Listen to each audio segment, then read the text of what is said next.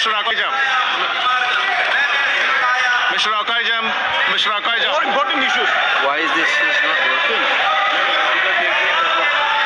Can you do this one? Sudhir Gupta ji. Sudhir Gupta ji, आप बैठिएगा please. Sudhir Gupta ji, आप बैठिएगा please. Thank you so much for the time. Kindly be seated. Sudhir Gupta ji, kindly be seated. Mr. Speaker, sir. Sudhir Gupta ji, please sit Mr. down. Speaker, sir.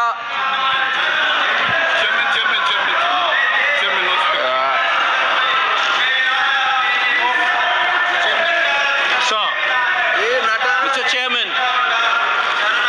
thank you for giving me this. I am calling Shri A.B. Akojam to please speak. Thank you for this time. As I get up to speak on a troublesome moment in the history of India that has never happened, called the tragedy of Manipur, which is sought to be silenced by the government.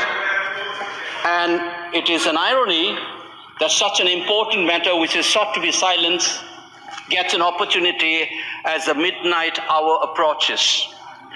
And this reminds me of the fact that people in my home state, the time is 2 hours ahead of Delhi.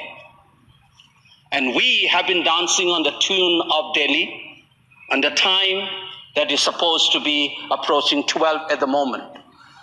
People like Janu Barua and others have demanded for years that Northeast should have a separate time zone. Only then you will be able to live with dignity and a sense of well-being. The kind of priority that I can sense is this moment that I get a chance to speak. Mr. Speaker, sir, I'm just trying to, Mr. Chairman, I'm drawing your attention to the absence of Manipur in the President's address. This is not a simple absence. It is a reminder of a Rashtra Chetna which excludes people. You must realize that more than 60,000 people are languishing in relief camp in wretched conditions for the last 1 year. If anybody is great partition of the subcontinent, which I have done, I was associated with a research project. We have interviewed more than 1,500 survivors of partition of 1947, and you are witnessing the same thing. People are living in a wretched conditions that I cannot even mention here. 60,000 people homeless is not a joke. 200 plus people died. And there has been a civil war-like situations where people are armed to the teeth and roaming around and fighting each other, defending their villages. And the Indian state is a mute spectator to this tragedy for 1 year. I must remind this House that each and every square centimeter of Manipur is covered by a central armed forces. It is one of the most militarized areas in this country where you have more armed policemen than the civil police, besides the armed forces of the Union. Despite this, how is that 60,000 people were rendered homeless and villages in thousands were destroyed? And yet, our Prime Minister remained mute, not even a word. And the presidential address did not even mention that. Shame. And I said that this silence is not normal. It is a reminder of the fact which many scholars have said, that there is a continuity between colonial and the post-colonial period. Today we are observing a day where we begin a new criminal laws, seemingly discarding the colonial heritage.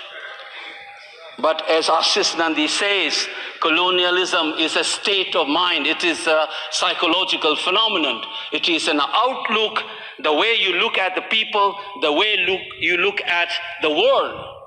And the fact that this continuity is shown by neglecting the tragedy of a state, which is the 19th state of the Union.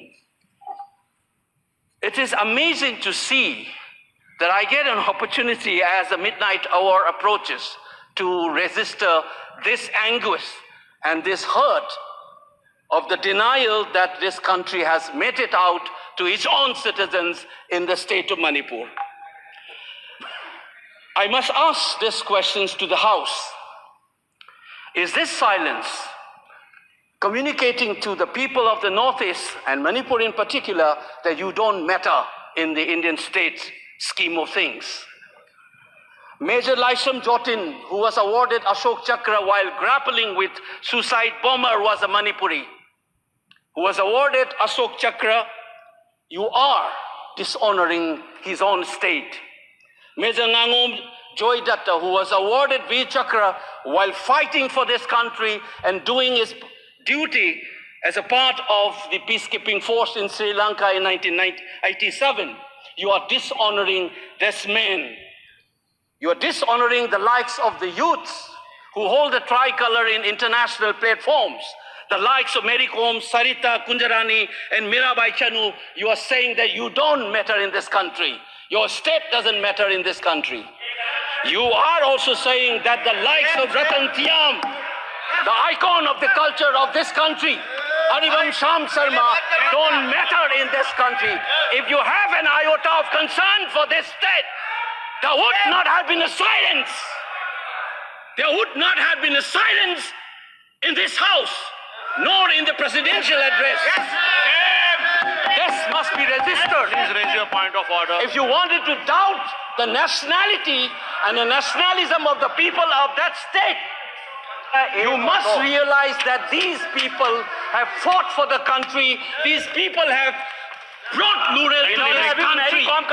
Please remember this. And that is what the silence means. 1 second. And I am telling you this. मेरी कौम को हमने member of parliament बनाया, Bharatiya Janata party ने member of parliament बनाया। हमने कैसे नहीं इज्जत दी मणिपुर को? मणिपुर को स्पोर्ट्स यूनिवर्सिटी दिया। और आपसा जो है, मैं एक ऐसा आदमी हूं कि मेरे मामा को मणिपुर में गोली लगी, वो सीआरपीएफ के डीआईजी थे, इनको शहीद नहीं पता है। और 1956 में पहला आपसा मणिपुर में लगा, और 1956 से आज तक